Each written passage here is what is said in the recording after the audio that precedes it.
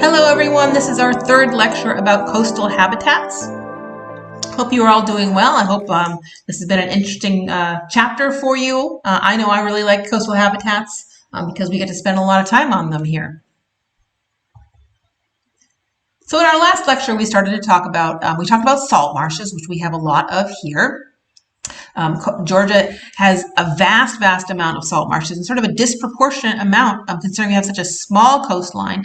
We have a lot of the percentage of salt marsh on the east coast of the United States. So we're very rich in salt marshes here. And then we started to talk about this progression of coastal habitats that we find in warmer parts of the world, where we have mangrove forests in the very shallow coastline, and then we move out to seagrass beds in a little bit deeper water, and then we move out into coral reefs as we move offshore. And these are all sort of tied together. They all provide nursery area. They all can buffer the coast from storms. They all provide ecosystem services, and they also work back and forth in terms of moving nutrients back and forth. So these can all sort of be thought of as sort of a group of ecosystems that influence one another pretty heavily. We talked about mangroves in our last lecture, and the idea that these guys are well adapted for living in an environment that trees are not really supposed to live in. So trees are started out as land plants, and these guys have evolved to take advantage of an area where competition is low because physiological stress is so high. And they do that by having the prop roots. They have those little pores called lenticels that let them breathe. They have the little snorkel roots, right? The pneumatophores that are another thing that let them get oxygen and carbon dioxide so they can photosynthesize and respire. We also talked about them being an important habitat and providing important ecosystem services by, for example, cutting down on wave action. And we also talked about the idea that sometime in the near future, we are likely to see mangroves growing here in Georgia because of climate change. Today's lecture, we're going to be talking about seagrasses and coral reefs, so moving out from mangroves to seagrasses and coral reefs. So let's talk about seagrasses first. So the first thing you should realize is that seagrass, they are flowering plants, okay? So we've talked in the past about the idea of what kelp are and seaweeds are. So kelp and seagrass are not really particularly closely related. Seagrass is actually more closely related to land plants than they are to algae, even though they both live in the ocean. So some differences between them. Algae don't have roots. They have this holdfast. We've talked about that when we were talking about kelp forests. They have something that looks like a tree trunk or a stem, but really it works very differently. So plants have something called phloem and xylem, which is kind of like veins and arteries that go up and down, their stems and into their leaves, and that allows them to move water and to move nutrients. Just like your body has veins and arteries, plants have things like that as well. But algae does not, because algae doesn't really need to move nutrients. It just absorbs it from all around it, and it absorbs water from all around it. So it doesn't have these things, okay? So that's a big difference between algae and seagrass. So seagrass, they do have that phloem and xylem, which are sort of like the veins and arteries. They have roots, just like land plants have roots. They have, remember we talked about the idea of runners, these rhizomes. They have these, so they have these basically roots that go straight down, and then they have roots that go sideways that they can make baby plants out of. So this is mama, right? And it will shoot out this root, and a baby will come up from it, and another baby, another baby. So this is a common thing that we see in seagrass. And they amazingly are flowering plants. So they have flowers under the water that need to be pollinated, and they make new babies that way. So they make new babies two ways, basically. They shoot out roots, right, and they sexually reproduce through flowers. So this is what a typical seagrass bed might look like if you were to be snorkeling or scuba diving.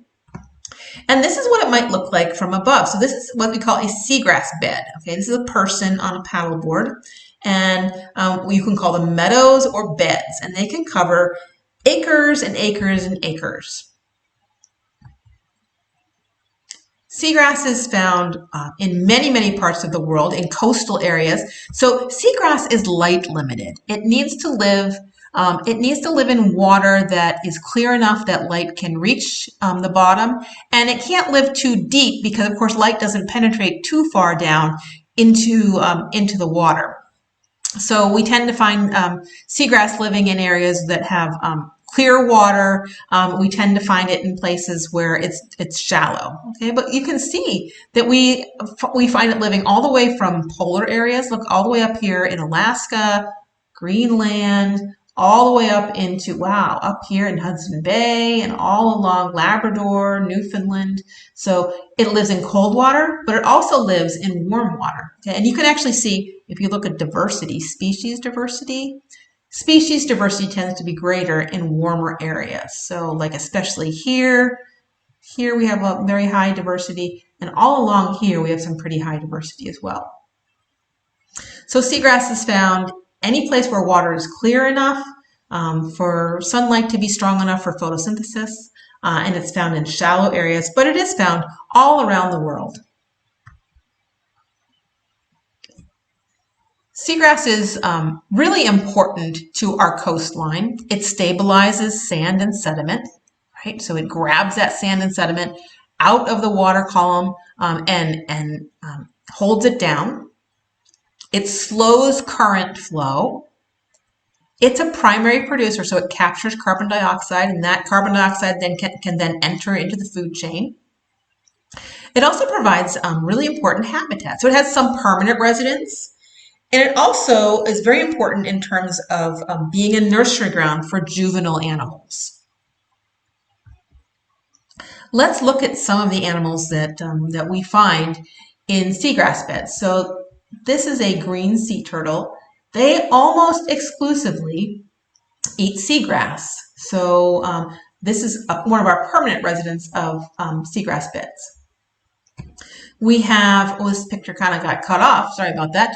We have all sorts of fish, like this is a ray, this is a southern stingray living here, looking for invertebrates that are living down in the salt marsh or the seagrass bed. One of my favorite residents of seagrass is the seahorse, and he's really well adapted to live here. So seahorses don't swim very well. They're not strong swimmers, so they like to live down here because it's relatively calm water. They have things to hang on to. You can see he's got his tail wrapped around this, right? He blends in pretty well, so he's really well adapted to live in this seagrass. We have some schooling fish, manatees. So manatees and dugongs, which are their one of their cousins. So they eat almost exclusively seagrass, although I've seen these guys eating mangroves, and I've actually seen them eating people's lawns, where they're actually right up against the edge of the water. They'll reach up and get people's lawns. They love to eat anything green. They love a salad, right? So they will eat anything green, but their primary food is seagrass. So if we have healthy seagrass beds, we have healthy manatees. We also have some sharks that will come up onto the seagrass bed. This is the seagrass bed right here, and he's looking for other fish to eat. Down here we have some of the invertebrates. So cuttlefish. This is a nudibranch living down there. And we have, see this blade of seagrass? There's this little snail that's living on that blade of seagrass. So we have a lot of diversity in seagrass beds. Now, in terms of some of the conservation threats to seagrass beds, this is a mooring field for boats. So each one of these boats is tied to a mooring. There's something heavy on the bottom with a chain that goes up and a float, and then these guys tied to the float. And you can see around each one of these, we have scouring that is occurring because that chain is moving over the bottom and is scouring away seagrass. We also have what are called prop scars, where people have driven their boat across seagrass beds. And you see this here? So you can see We have propeller marks here, and here's one there's kind of someone was being fancy with their boat, right? And these can actually cause really big problems because once that seagrass is scoured away here, the sediment there gets swept away. So you can end up with like big divots there, and then the seagrass has trouble growing back over it. So it's not so easy to heal these if you're a seagrass bed. And another big problem that we have, see all this yucky stuff? This is called macroalgae. And a lot of times if you have nutrients that are, if there's too many nutrients in the water, you'll end up with a bloom of microalgae, and that will smother seagrass beds. And you can see this guy doesn't look particularly happy, does he? So these are some of the conservation threats to seagrass beds that we see in different parts of the world. Some of the other threats that we have to seagrass are all these things here. So eutrophication, or when you have too much nutrients. For example, if you have the runoff from fertilizers, this happens a lot in Florida because people love to have their green lawns right up against the beautiful bay, and they'll fertilize their lawn, and those nutrients will wash down, and they can cause our algae blooms. We also can have really turbid water. So if we have too much stuff floating around, too much plankton, anything that basically limits the sun from getting to the bottom, our seagrass won't do very well. So a lot of times when you have eutrophication, you'll end up with too much phytoplankton, and that phytoplankton will shade out our seagrass beds. All right. We can have, if we have coastal erosion, too much sediment, for example, it will grow, it will basically get deposited on the seagrass, and the seagrass can't keep up with that, so it will end up being smothered. We can have big climatic events. So they give the example here of tsunamis or hurricanes, right? Hurricanes are more common than tsunamis, but this can damage our seagrass beds if we have too much wave action. And in Florida, one of the problems that we have are big boat wakes, because so many people have boats down there. So boat wakes can damage seagrass beds. If you anchor, I showed you that anchoring in the slide before this, that can cause damage. And also if you drag a net over seagrass beds, that can rip up the seagrass bed. And then finally, we can have invasive species, right? So this happens in several parts of the world where you have an animal or a plant that doesn't belong there, that is introduced by humans, and it outcompetes the natural seagrass that's there. So all of these things can be threats to seagrass. Interestingly, we don't have seagrass here in Georgia. There's seagrass in Florida, and there's seagrass in South Carolina, and there's seagrass in North Carolina, but we're sort of like in the donut hole here because we have so much turbidity. We have so much runoff from the land and so much sediment discharge that we can't have seagrass here. So if you want to see seagrass, drive south or drive north. I recommend driving south, put on a snorkel, and get out onto a seagrass bed because they're really beautiful. All right, our last coastal habitat that we're going to be talking about are coral reefs. And these can be really popular with tourists. They're beautiful. They make great documentaries. And if you've never been to a coral reef, I recommend driving south. You can stop and see seagrass and mangroves on the way.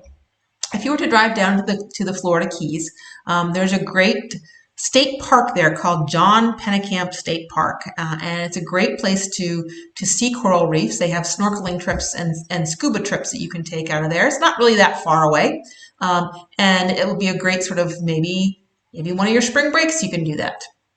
So it's a really fun thing to do. All right, so coral reefs are, here's a map of the distribution of coral reefs, and you can see that if you get too far away from the equator, here's our equator, you don't find coral reefs. So they really need to have warm waters. We don't tend to find corals too far into the temperate areas. Sometimes like here, this is Bermuda. This has the Gulf Stream carrying warm water to it. But typically we don't see these too far from the tropics.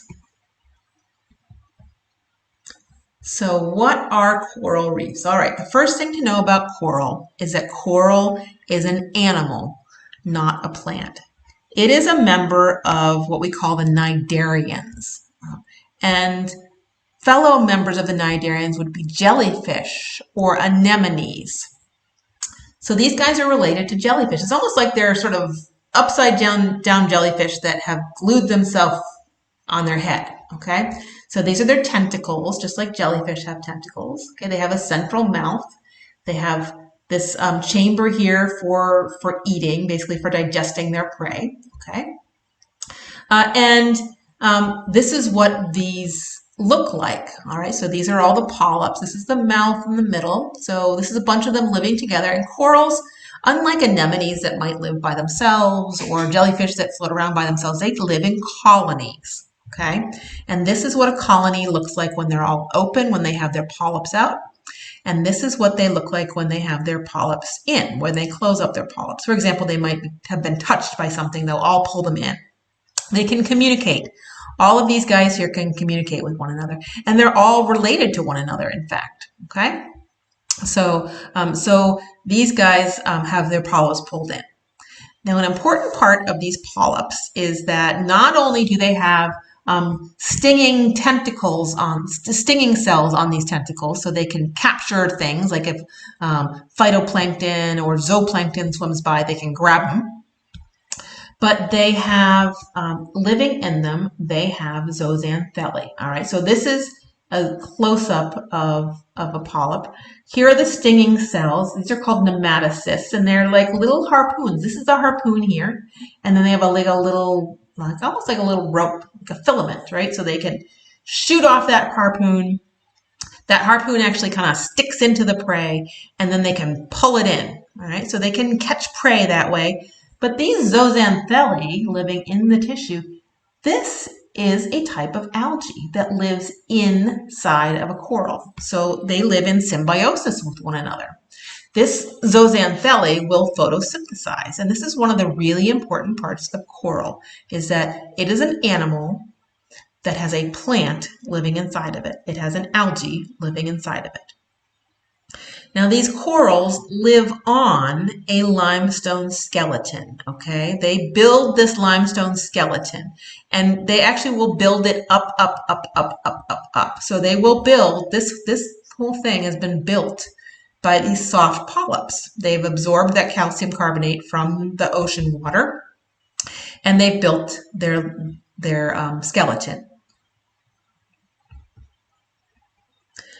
So let's just take a look at what the skeleton looks like. So this is what the skeleton looks like when it has the coral, the living coral on it. You can see the little polyps here. But if those polyps die, this is what the skeleton looks like. Each one of these little things here is where one of the polyps lives. Okay, and you can see like this would be one of these little polyps. All right. And we have a different type of coral here. This is a brain coral, right? And so this is what it looks like with the polyps, the living polyps on it. But this is what it looks like with just that skeleton. Let's take a look at how these skeletons grow. So this is time lapse of corals, and you can see this whole thing is covered with soft tissue. So this is all soft tissue. These are the polyps that have the tentacles, but this whole thing is covered with soft tissue. And this soft tissue, this is an individual and this is an individual, but they're related to one another and they can communicate via this tissue here, okay? And under that is that limestone skeleton, that calcium carbonate skeleton. And you're gonna see this grow, okay? So let's see how these grow.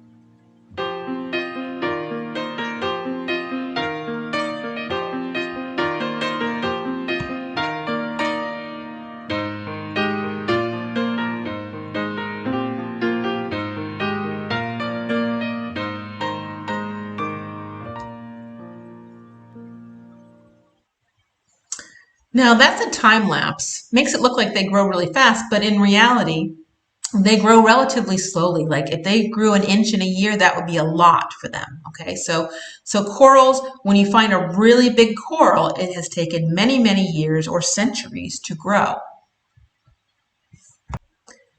Now, once they have grown for a long time, we actually have landforms that these reefs make up. So they can grow big enough that we can see them from space. So let's take a look at some of these places here. So this is what we call the Great Barrier Reef. This is Australia here, and this is the biggest reef in the world, it runs for over 1,000 miles off the shore of Australia, and we can see that from space.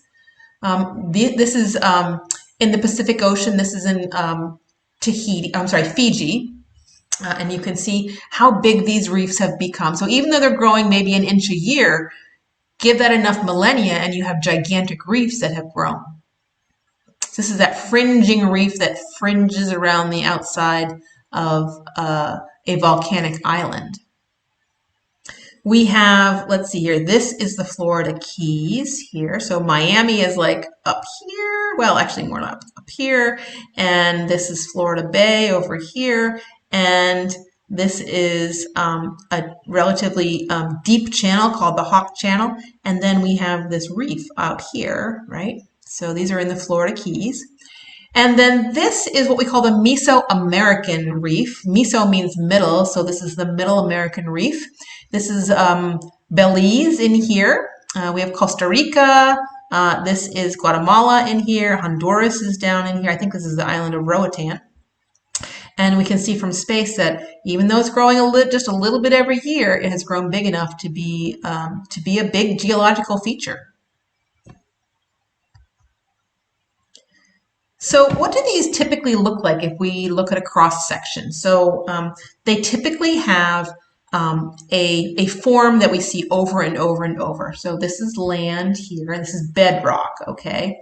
And these will grow basically starting here, and they will grow out. And what we will find is that they will grow this great big sill. See this, right? And so you typically will have this sill of limestone. And it'll be very, very shallow up here with little patch reefs in here, okay? This is like a lagoon in here, all right? Although this might be just shallow here, but we call this the lagoon, okay? And then we have out here at the edge of the ocean, this is called a reef face or a cliff reef, okay? And people love, love, love to dive this. If you're a scuba diver, you love to go and do cliff dives because you can see really cool things on this cliff, all right? We typically see a little ridge right here where these will grow up, okay? And then what we see on these cliffs, we'll actually see zonation where you see different types of corals living in different places here, right? We'll have corals that are really good at competing and will live up here where there's lots of sun. Corals down at the bottom that are not good at competing but are good at living without a lot of sun, right? And then all along here you'll see a great diversity of corals that are particularly well adapted for a particular part of that reef cliff. So let's look at some of the forms of corals that we see. So this is called a brain coral, okay, and you can guess why, right? He is up in that lagoon area. We have pillar corals here that look like, they look like pillars, okay. These are called foliate because they kind of look like the foliage of trees. It kind of looks like lettuce, right? And you can see this, for example, this guy is really good at spreading out and getting a lot of sunlight. Whereas this guy, he has different talents to him. So these are pretty delicate. They don't like to be in surf areas. He's not delicate at all. And then here we have, this is called elkhorn coral. You can guess why it's called elkhorn. It looks like the kind of thing you'd see on the top of a deer, right? Look, their antlers, right? So those are some of the different forms that we see, and these will all live in different places depending on the condition and whether there's a lot of competition, what the sunlight is like, what the circulation is like, things like that. Now, coral reefs are interesting because they live in an area where they really shouldn't be able to live. The tropics tend to be very low in nutrients, and they tend to be very low in phytoplankton. Think about, we've talked before about how temperate areas have a really rich phytoplankton core. We saw pictures of water there where there was so much phytoplankton it was green, right? But then you go to the tropics and it's like beautifully clear because there's no phytoplankton. There tends to be not a lot of nutrients in tropical waters, and so that means you typically can't have a lot of primary productivity unless you're a coral, because corals are really, really clever. They've got this is the zooxanthellae living in them. Okay, this is that algae that lives in them. So this algae is able to live in a place where normally phytoplankton can't live. It's a phytoplankton that's living in there. So it's an algae, but it's a phytoplankton, all right? So it can live in the coral because it's really good at recycling nutrients. So the coral has waste products, right? The coral breathes, it uses oxygen, and it exhales carbon dioxide. It has pee and poop and things like that. Well, those things are actually absorbed by the zooxanthellae. So they take the carbon dioxide, they take the pee and the poop, and they will use that to grow and to photosynthesize. And they give to the corals sugar, amino acids, and lipids. So we have this cycling here of nutrients that allows these organisms to live in an area where nutrients are really, really rare. And that's why corals are so amazing, because we find them in a place where we shouldn't be able to find these amazing, rich environments because of this symbiosis that occurs. Symbiosis is when two organisms live together and they each benefit from it. So the coral is getting, so this guy is photosynthesizing and producing sugar, giving it to the coral, and giving it all sorts of lipids. Amino acids are proteins, okay? So it gets all sorts of stuff from the zooxanthellae, and then the zooxanthellae takes that carbon dioxide and nitrate and phosphate. So this is symbiosis. It's allowing to have this ecosystem to have a really, really rich food chain where otherwise it wouldn't be possible. This food chain then looks something like this, where our primary producers down here in a coral reef, zooxanthellae take up most of that. We have calcareous algae, which are algae that basically grow a shell around them. There are some algal mats, and then a little bit of phytoplankton and a little bit of what we call microscopic epiphytes that live on algae and live on corals.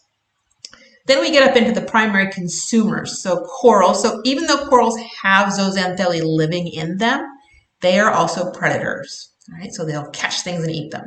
And then we have all sort of this is your normal group. These are what we normally see as primary consumers, and then we get up into secondary consumers and tertiary consumers. Okay, so this is what we expect to see in coral reef ecosystems in terms of their food pyramid. The diversity of life in coral reefs is really, really high. And that's not just true for corals, it's also true for the fish and invertebrates who live there. We're going to talk a little bit about the fish here. So reefs take up a tiny amount of the surface area of the ocean. They're less than 1% of coastal habitats, less than 1% of the ocean. But they're home to a quarter of its fish species. So they're incredibly diverse. One of the things that you tend to see in corals, coral reef fish, is you tend to see this kind of body shape. They're often tall and skinny, so they're compressed laterally, right? Whereas in pelagic fish, we talked in the past about if you're a pelagic fish, you're designed for speed. You reduce your drag. So this is a tuna, and they're great at swimming really, really fast. They're like the greyhounds of the sea. They just swim things down. They run them down and they eat them. right? But they're not at all maneuverable. Reef fish tend to be this shape because this is very maneuverable and because they're able to get into little cracks and crevices in the reef, right? So we often see this tall and skinny shape, but we see all sorts of very diverse body forms in reefs. So let's look at some of the examples here. We have, this is a moray eel here, right? He's actually covered in mucus, and that protects him because he gets into the little nooks and crannies of coral reefs. You almost never see morays out swimming like this. Typically, you just see their head sticking out from the reef because they like to get in those little hidden spaces. So now we have, these are 4-eye butterfly fish, and see how he has, this is his real eye, but then he has this big thing here. And this is actually, there are a bunch of butterfly fish who look something like this. And it's thought that they have this eye spot here to trick predators, so a predator doesn't know which is the front end and which is the back end of this fish. We have, these are some of my favorite. These are parrotfish, and we're actually going to watch a video of parrotfish in a moment here. And look at those teeth; they're just incredible. These guys eat algae. They'll eat algae right off the coral. They'll actually eat the coral to get the algae out of it, and they're important because they produce a huge amount of poop. So they eat that coral, they crush it up, it goes through their system. That poop is full of crushed coral, and that crushed coral, you know, all those beautiful tropical beaches that are white, that's crushed coral from these parrotfish. We have this guy, we've talked about him in the past. He's a lionfish, and you can see he's a terrible swimmer, but he's a really good predator.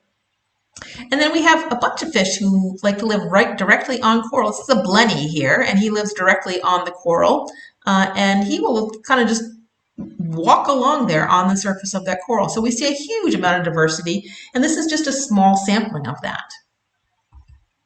All right, let's look at some of my favorite guys. Look at, before I even started, I mean, look at, aren't they amazing? Look at those teeth. These guys are huge. These guys are like 1 meter long, and they're parrotfish, and let's look at what they do to this reef. And actually, I'm gonna preface this by saying that the narrator says that they're bad for reefs, but in fact, we now know that parrotfish are an important part of reefs, and they actually benefit reefs in lots of ways. So disregard that part of this.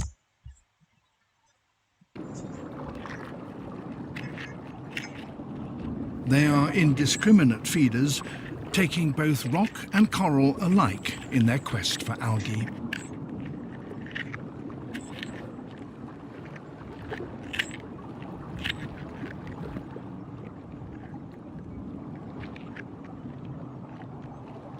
These fish play a large part in the erosion of the reef.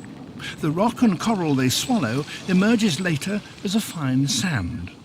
On a single reef, they can produce tons of it every year.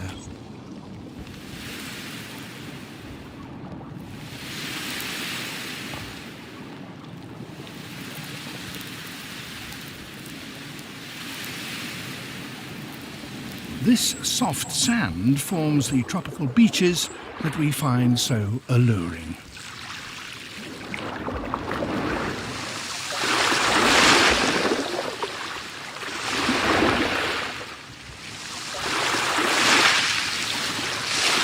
Over time, the sand builds up to form an island, which is then colonized by animals and plants.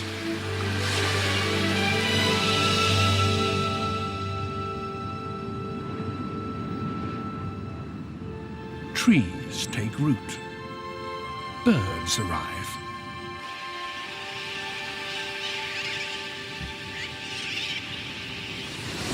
The guano from thousands of terns which have chosen to nest here enriches the sandy soil, which then can support more plants. All right, so that's one of my favorite guys out there, these really cool parrotfish that live on reefs. Well, on that note, we will finish up coastal habitats. I hope you guys are all having a good day. Hope it's a good week. It's warming up out there. Take care of yourselves. Take care of your family. Stay inside and stay healthy, everybody. Talk to you later. Bye.